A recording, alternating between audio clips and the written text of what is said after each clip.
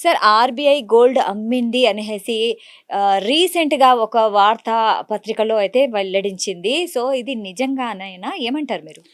Bloomberg నిన్న news పేపర్‌లో వచ్చిన దగ్గర నుంచి ప్రపంచవ్యాప్తంగా హల్చల్ అవుతుందండి ఈ న్యూస్. ఎక్కడ పెట్టినా సోషల్ మీడియాలో ఇదే మాట్లాడుకుంటున్నారు. హుహు. ఆర్‌బీఐ ఫారెన్ రిజర్వ్ తగ్గింది కాబట్టి దాన్ని బ్యాలెన్స్ చేయడం కోసం హుహు. కొంత గోల్డ్ అమ్మేసింది. 12 billion worth. అంటే రఫ్‌గా అరౌండ్ ఒక 80 టన్స్ నుంచి ఒక 100 టన్నుల వరకు గోల్డ్‌ని ఆర్‌బీఐ అమ్మిందని చెప్పేసి బ్లూంబర్గ్ దాంట్లో మ్యాగజైన్స్‌లో పబ్లిష్ చేశారనమాట. ఓకే. అప్పటి నుంచి ఇది వైరల్ అయిపోయింది. ఆ న్యూస్‌ని తీసుకొని మిగతా వాళ్ళందరూ economics times, times of India అన్ని రకాల హుహు. న్యూస్ మ్యాగజైన్స్ అన్నిటిలో కూడా వచ్చింది. మన తెలుగు హ్మ్. పేపర్‌లో కూడా హ్మ్. వచ్చేసిందనమాట. సార్ అయితే నిప్పు లేనిదే పొగ రాదంటారు గదా! అవును. సో, ఎక్కడి నుంచొచ్చింది ఈ వార్త? అదే నేను చెప్పాను కదా! బ్లూంబర్గ్ నుంచొచ్చింది. హుహు. యాక్చువల్‌గా బ్లూంబర్గ్ అంటే ఫినాన్స్ వరల్డ్‌లో ఒక మోస్ట్ రిపీటెడ్ న్యూస్ పేపర్ అనమాట. వాళ్ళు ఏం రైట్. పెట్టినా మోస్ట్ అథెంటికేటివ్ ఉంటుంది. హుహు. అందుకని అందులో పబ్లిష్ చేసేసరికి అందరూ అది నిజమే అనుకున్నారు. హుహు. బట్ ఈరోజు సెంట్రల్ గవర్నమెంట్ వాళ్ళు స్టేట్మెంట్ ఇష్యూ చేశారు. హ్మ్. గోల్డ్ అసలు ఏమి అమ్మలేదండి. అలాంటిదేం లేదు. అది హ్మ్. ఫేక్ న్యూస్ అని చెప్పేసి క్లియర్‌గా సో, చెప్పారనమాట. ఆర్‌బీఐయే అధికారికంగా అధికారికంగా ప్రకటించింది. ప్రకటించిందనమాట. ఓకే. దాని మీనింగ్ ఏందంటే హ్మ్. బేసికల్‌గా ఆర్‌బీఐ ఎప్పుడైనా సరే హ్మ్. అండ్ ఫారిన్ రిజర్వ్ ఏదవసరం, ఎంత అవసరం, ఎలా ఉంచుకోవాలనేది వాళ్ళు డిసైడ్ చేస్తా ఉంటారు. హ్మ్. వాళ్ళకి ఏ పార్లమెంటు, ఏ సెంట్రల్ గవర్నమెంట్ పర్మిషన్ అవసరం లేదు. హుహు. ఎందుకంటే ఇండియాలో మానిటరీ పాలిసీస్ మొత్తాన్ని కూడా ఆర్‌బీఐ కంట్రోల్ చేస్తుంది. ఓకే. సో, వాళ్ళు సెంట్రల్ గవర్నమెంట్‌తో కోఆర్డినేట్ చేసుకుంటూ ఏ అసెట్‌ని ఎలా మెయింటైన్ చేయాలో వాళ్ళు డిసైడ్ చేస్తారు.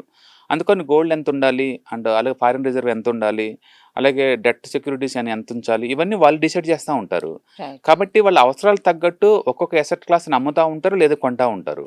అయితే సార్ ఆర్‌బీఐ గోల్డ్ ఇంత మొత్తంలో ఎందుకు నిల్వ ఉంచుకుంటుంది? బేసికల్‌గా ఇప్పుడు ఆర్‌బీఐ దగ్గర 880 టన్నుల గోల్డ్ ఉందండి. 880 80 టన్నులు టన్నుల 80 గోల్డ్. టన్నుల గోల్డ్ ఉంది. హ్మ్. అండ్ 10 ఇయర్స్ బ్యాక్‌తో చూసుకుంటే ఇది చాలా ఎక్కువ. హ్మ్. అప్పట్లో మనకి 370 టన్సే ఉండేది 10 ఇయర్స్ అవును. బ్యాక్. హ్మ్. బట్ రీసెంట్‌గా బాగా తీసుకుందనమాట. హుహు. ఒరిజినల్‌గా టోటల్ ఫారిన్ రిజర్వ్‌లో చూసుకుంటే గోల్డ్ వాటా ఇప్పుడు 16% వచ్చిందనమాట. ఓకే. 16% ఓకే. ఎక్కువ సార్లు ఏందంటే ప్రతి బ్యాంకు గూడా పర్సెంటేజ్ లెక్క చూసుకుంటా ఉంటారు. ఓకే. ఏదన్నా ఈ పర్సెంటేజ్ ఎక్కువవుతుందనుకోండి, దాన్ని కట్ చేసుకొని అవసరాల కొద్దీ వేరేది కూడా వాడుకుంటా ఉంటారు. హుహు. బట్ ఎందుకు ఇండియాకి ఇంత సెంటిమెంటల్ హ్మ్. గోల్డ్ అంటే ఇండియా వాళ్ళు మొదటి నుంచి కూడా గోల్డ్ అంటే అదొక ఎమోషనల్ అవును. అటాచ్‌మెంట్. అదొక ప్రెస్టీజ్ ఇష్యూ అనమాట. ఈవెన్ పీవీ నరసింహారావు గవర్నమెంట్ వచ్చినప్పుడు కూడా మనకి ఇండియన్‌కి మనీ లేకపోతే ఆ టైంలో గోల్డ్‌ని వేరే కంట్రీలు తనఖా పెట్టేసి మనీ తీసుకొచ్చారు. ఓకే. అంటే ఫారిన్ రిజర్వ్ జీరో అయిన రోజుల్లో. దాన్నే మనోళ్ళు ఇన్‌సల్ట్‌గా ఫీల్ అయ్యారు. హ్మ్. మన బంగారాన్ని వేరే దేశాలకు తనఖా పెట్టారు అని చెప్పేసి. హ్మ్. అప్పుడు పీవీ నరసింహారావు గవర్నమెంట్ ఉన్నప్పుడు దాన్ని విడిపించేసి మళ్ళీ అవును. రివైవ్ చేశారనమాట. అప్పటి నుంచి ఇండియాలో కొత్త ఆర్థిక సవరణలన్నీ బిగినాయి అనమాట. Right sir. అందుకని గోల్డ్ అంటే ఇండియా వాళ్ళకి చాలా సెంటిమెంటల్. దాన్ని మిగతా అసెట్ లాగా ట్రీట్ చేయరనమాట. ఇప్పుడు ఏకంగా అమ్మారు. 80 టన్నుల గోల్డ్ అమ్మారు అనే న్యూస్ వచ్చేసరికి ఏందంటే లాస్ట్ 2 డేస్ నుంచి కూడా ఏ న్యూస్ పేపర్ తీసినా సరే, ఎక్కడ చూసినా సరే అంటే ఈ న్యూస్ గురించే వైరల్ అవుతా ఉంది. అవును. బట్ ఈరోజు క్లియర్‌గా చెప్పారు సెంట్రల్ గవర్నమెంటోళ్ళు. అది ఫేక్ అది న్యూస్. Fake news. మేము ఎలాంటి గోల్డ్ అమ్మలేదని క్లియర్‌గా చెప్పారు. ఒకవేళ అమ్మినా కూడా హ్మ్. ఓవరాల్‌గా ఫారిన్ కరెన్సీ రిజర్వ్‌లో పార్ట్‌గా అమ్మితే అమ్మచ్చేమో గానీ, మరి ఎంత సెంటిమెంటల్ అయితే పనికిరాదు. కదా! సో, ఫారెక్స్ రిజర్వ్‌లో హ్మ్. గోల్డ్ పాత్ర ఎంతుంటుంది?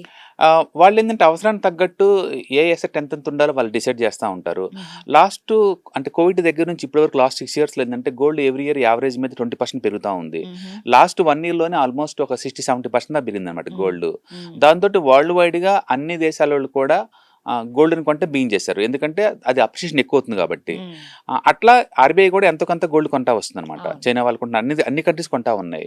ఎందుకు అంటే డాలర్స్‌తో పోల్చుకుంటే గోల్డ్ త్వరగా పెరగడం అనేది ఒక రీజన్ అనమాట.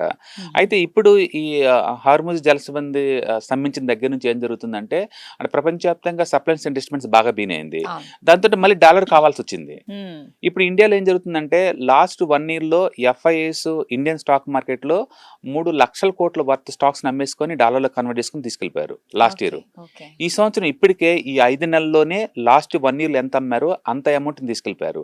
హుహు. వాళ్ళు ప్రతిదీ డాలర్‌లో కన్వర్ట్ చేసుకొని తీసుకెళ్తారు గదా!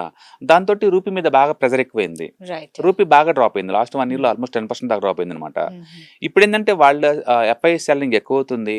అటు క్రూడ్ ఏమో రోజు రోజుకి స్పైక్ అవుతుంది. అంటే వర్షాకాలం వస్తుంది. మనకి అగ్రికల్చర్ సంబంధించిన ఎరువులు మొత్తం ఇంపోర్ట్ చేసుకోవాలి. వీటన్నిటి వల్ల ఏందంటే ఇంపోర్ట్స్ కాస్ట్ పెరుగుతుందనమాట. రైట్. అందుకని ఆర్‌బీఐ ఏం చేస్తుందంటే, ఈ యుద్ధం వచ్చిన సైడ్ ఎఫెక్ట్స్ నుంచి మినహాయించుకోవాలని చెప్పేసి, దాని నుంచి ఏమంటే ఇంపోర్ట్స్‌ని కొంచెం కొంచెం రిస్ట్రిక్ట్ చేయడాలు, హుహు. రూపీని స్ట్రాంగ్ అవ్వటం కోసం వాళ్ళు ట్రై చేస్తున్నారనమాట. అందుకని ఈ బ్లూంబర్గ్ న్యూస్ పేపర్‌లో ఎప్పుడైతే ఇండియన్ గవర్నమెంట్ వాళ్ళు ఈ ఫారెన్ రిజర్వ్ పెంచుకోవడం కోసం గోల్డ్ అమ్మారు అనే న్యూస్ వచ్చిందో, హుహు. ఇంకా డిస్కషన్ బిగినైంది. ఇండియన్ ఎకానమీ బాగాలేదు, ఇండియాలో ఇదవుతుందంట, ఏమో అది ఇదని. అయితుంది. ఏదో మన ఆర్థిక పరిస్థితి చాలా క్షీణించింది. క్షీణించిపోతుంది అలా అని. అనేసి. దానికి తోడు ఏందంటే ఈరోజు అమెరికా వాళ్ళు మళ్ళీ లేబర్ లాస్ ఎక్కడైతే వైలేట్ అవుతున్నాయో ఆ కంట్రీల మీద 10-12.5% ట్యాక్స్‌లు ఎత్తన్నామని చెప్పారు ఓహ్! అమెరికా వాళ్ళు. హ్మ్. మళ్ళీ ఆ గొడవతోటి, ఈ గొడవతోటి మొత్తానికి ఇండియన్ స్టాక్ మార్కెట్ ఈరోజు మార్నింగే సెన్సెక్స్ కుదేలే. అయితే 1000 పాయింట్లు డౌన్ అయింది. And oh! నిఫ్టీ అయితే 300 పాయింట్స్ డౌన్ అయింది. ఓకే. తర్వాత సెంట్రల్ గవర్నమెంట్ వాళ్ళు గోల్డ్ మీద క్లారిఫికేషన్ ఇచ్చిన తర్వాత మళ్ళీ రికవర్ అయ్యి ఇప్పుడు ఓకే. 100 పాయింట్స్ దగ్గర క్లోజ్ అయిందనమాట నిఫ్టీ. ఓహ్! సాక్షి టీవీ ప్రసారాలను నిలిపివేయడం చట్టరీత్యా నేరం.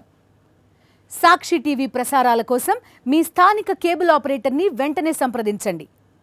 డిటిహెచ్లో, ఇంటర్నెట్లో కూడా సాక్షి టీవీ ప్రసారాలను వీక్షించవచ్చు.